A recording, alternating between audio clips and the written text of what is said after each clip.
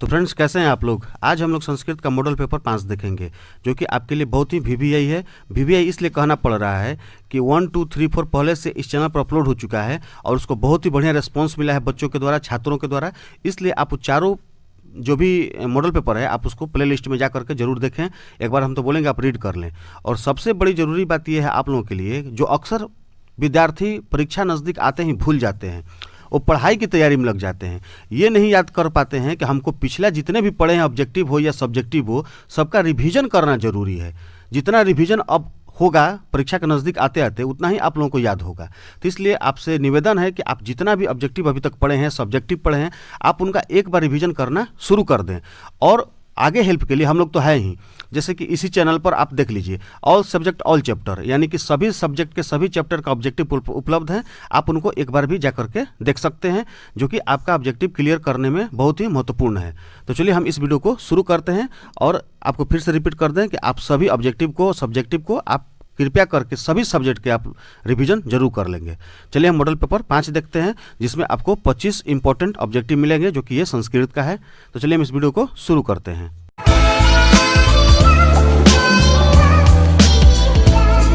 तो सवाल नंबर 1 है कि मेगास्थनीज पटना किसके समय में आया था। तो हम इसका जो जवाब है बिल्कुल ही आसान भाषा में देंगे कि मेगास्थनीज जो है पटना चंद्रगुप्त मौर्य के समय में पटना आया था, यानी कि ऑप्शन सी सही है। सवाल नंबर 2 देखेंगे। सवाल नंबर 2 है कि पटना के कौमुदी महोत्सव कब मनाया जाता था। पटना का कौमुदी महोत्सव कब मनाया जाता था।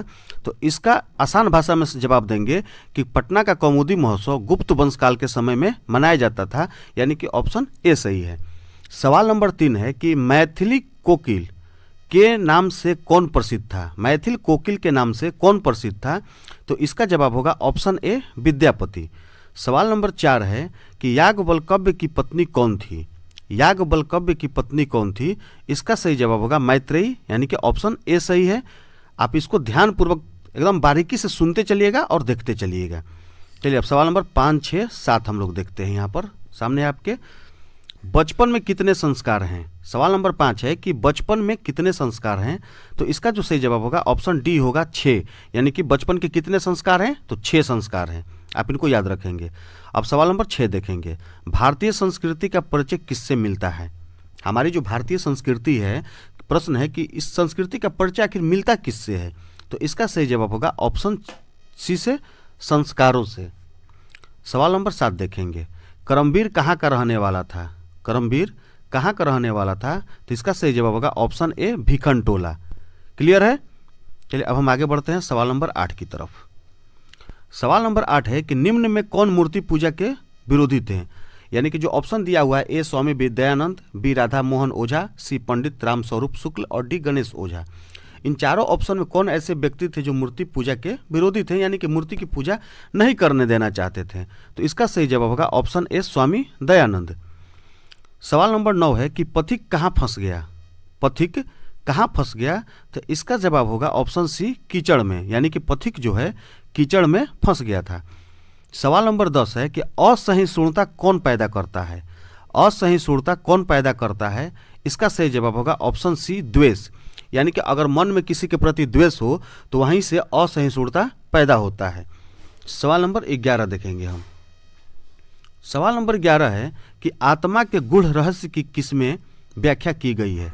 आत्मा के गूढ़ रहस्य की किसमें व्याख्या की गई है। इसका सही जवाब होगा ऑप्शन ए कठोपनिषद में, यानी कि कठोपनिषद में आत्मा के गूढ़ रहस्य की व्याख्या की गई है। क्लियर है यहाँ तक। अब हम 12 देखेंगे। देवलोक का मार्ग किसमें प्राप्त होता है। देवलोक का मार्ग किससे प्राप्त होता है। इसका सही जवाब होगा ऑप्शन ए सत्य। अगर आप और हम मिलकर के सत्य की राहों पर चलते हैं तो देवलोक का मार्ग जो है प्राप्त हो सकता है। क्लियर है, यानी कि सत्य होगा। सवाल नंबर 13। भारत महिमा पाठ का प्रथम पद या श्लोक कहाँ से संकलित है। क्लियर है प्रश्न कि भारत महिमा पाठ का प्रथम पद या श्लोक कहाँ से संकलित है। तो इसका सही जवाब होगा ऑप्शन ए विष्णु पुराण से। ठीक है, यानी कि भारत महिमा पाठ का प्रथम पद या श्लोक विष्णु पुराण से संकलित है। चलिए हम सवाल नंबर 14 की तरफ चलते हैं। सवाल नंबर जो 14 कह रहा है कि गरीबी को कौन समाप्त करता है। गरीबी को कौन समाप्त करता है? तो सीधा सा बात है, उद्योग लगेंगे, रोजगार के अवसर प्राप्त होंगे तो गरीबी समाप्त हो सकती है। सवाल नंबर 15 है कि मंदाकिनी नदी किस पर्वत के निकट बहती है? मंदाकिनी नदी किस पर्वत के निकट बहती है? इसका ऑप्शन सही होगा ऑप्शन डी, चित्रकूट। ठीक है। सवाल नंबर 16 है, मंदाकिनी वर्णनम पाठ के कवि कौन है? मंदाकिनी वर्णनम, देखिए एक बात हम बार बार आप लोगों को रिपीट करते हैं, किसी भी प्रश्न का आपको जवाब देना हो तो आप प्रश्न को अच्छे से समझिए। जब प्रश्न को आप अच्छे से समझ जाएंगे तो वहीं पर आपका 75% जो है ना, आपका प्रश्न जो है क्लियर हो जाएगा, जवाब मिल जाएगा आपको। मात्र 25% पर आपको दिमाग लगाना रह जाएगा। इसलिए आप किसी भी सब्जेक्ट का अगर आप प्रश्न का जवाब देना चाहते हैं तो आप प्रश्न को बारीकी से समझिए, इसके बाद उसका आप जवाब दीजिए।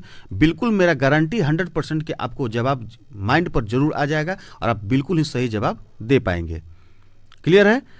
चलिए, तो सवाल नंबर 16 क्या था कि मंदाकिनी वर्णनम पाठ के कवि कौन है? इसका सही जवाब होगा ऑप्शन सी, वाल्मीकि। सवाल नंबर 17 देखेंगे हम। सवाल नंबर 17 जो है कह रहा है कि कर्णस्य दानवीरता पाठ किस ग्रंथ से संकलित है? कर्णस्य दानवीरता पाठ किस ग्रंथ से संकलित है? तो इसका जो सही जवाब होगा ऑप्शन ए होगा, कर्णभार से। सवाल नंबर 18, कर्ण कवच और कुंडल किसको दिया? कर्ण ने कवच और कुंडल किसको दिया? तो इसका जो सही जवाब होगा ऑप्शन ए होगा, इंद्र को। सवाल नंबर 19 देखेंगे और हम 20 देखेंगे यहाँ पर। सवाल नंबर 19 है कि ज्योतिष के रचयिता कौन है? क्लियर है? सवाल नंबर 19 है कि ज्योतिष के रचयिता कौन है? Option A, Vyas, B, Panini, C, Lagadha और डी, यास्क। ठीक है, तो ज्योतिष के रचयिता कौन है? तो ऑप्शन सी सही होगा, लगधर। सवाल नंबर 20, सांख्य दर्शन के संस्थापक कौन है? सांख्य दर्शन के संस्थापक कौन है? तो इसका सही जवाब होगा ऑप्शन ए, कपिल। यानी कि सांख्य दर्शन के संस्थापक कपिल हैं। सवाल नंबर 21 है कि कंस का वध कौन किया या किसने किया था? Option A, Sohan, B, Mohan, C, Krishna और डी, सूर्यदेव। जवाब देने से पहले एक बात आप लोगों को हम बता दें कि एक प्रश्न यानी कि 21 से 25 तक में एक प्रश्न आपको देंगे, जिसका जवाब आपको अपने विवेक, अपने बुद्धि से कमेंट बॉक्स में देना है कि उसका जवाब क्या होगा। वो प्रश्न नीचे है, आपको हम बता देते हैं। चलिए पहले हम इसका प्रश्न का जवाब जान लेते हैं कि कंस का वध कौन किया। ये आप लोगों को बिल्कुल पता होगा कि कृष्ण ने कंस का वध किया था। अब सवाल नंबर 22 है, जो कि ये प्रश्न जो है आप लोगों के लिए है। इसका जवाब आपको कमेंट बॉक्स में देना है, अपने विवेक से देना है कि इसका जवाब क्या होगा। जैसे कि प्रश्न को हम पढ़ देते हैं, ऑप्शन भी पढ़ देते हैं। सवाल है कि महाराजा के ज्येष्ठ पुत्र कौन थे? ठीक है, option A, Bhishma, B, Yudhishthir, C, Arjun और डी, देवव्रत। इसका जवाब मात्र केवल एक प्रश्न का 1 से 25 तक में आपको जो है कमेंट बॉक्स में देना है। ये बस केवल एक, क्या बोलते हैं उसको, एक प्रैक्टिस के लिए आप लोगों के लिए हम दिए हैं।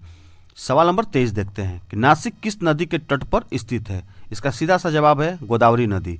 यानी कि नासिक जो नदी है गोदावरी नदी के तट पर स्थित है। चलिए सवाल नंबर 24 और 25 हम देख लेते हैं। सवाल नंबर 24 है कि भारत रत्न से कौन विभूषित हुए? भारत रत्न से कौन विभूषित हुए? इसका सही जवाब होगा ऑप्शन बी, विधान चंद्र राय। यानी कि विधान चंद्र राय जो हैं भारत रत्न से विभूषित हुए थे। सवाल नंबर 25, नर का आभूषण कौन है?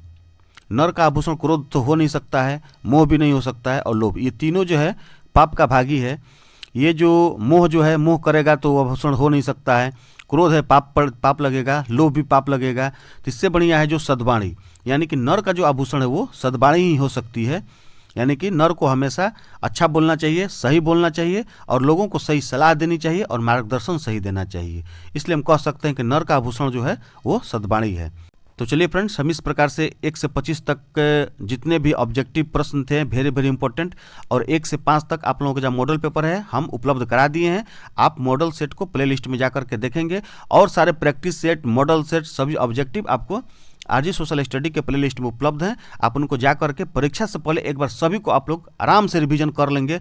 आपका हमको गारंटी कि 99% आपका ऑब्जेक्टिव क्लियर हो जाएगा। तो चलिए फ्रेंड्स, इस वीडियो में अभी तक लेना ही, जल्द मिलते हैं अगले वीडियो के नए सेट के साथ। तब तक लिए फ्रेंड्स जय हिंद, जय भारत। और हाँ फ्रेंड्स, वीडियो को लाइक करना और चैनल को सब्सक्राइब करके बेल आइकन को प्रेस करना नहीं भूलेंगे। धन्यवाद।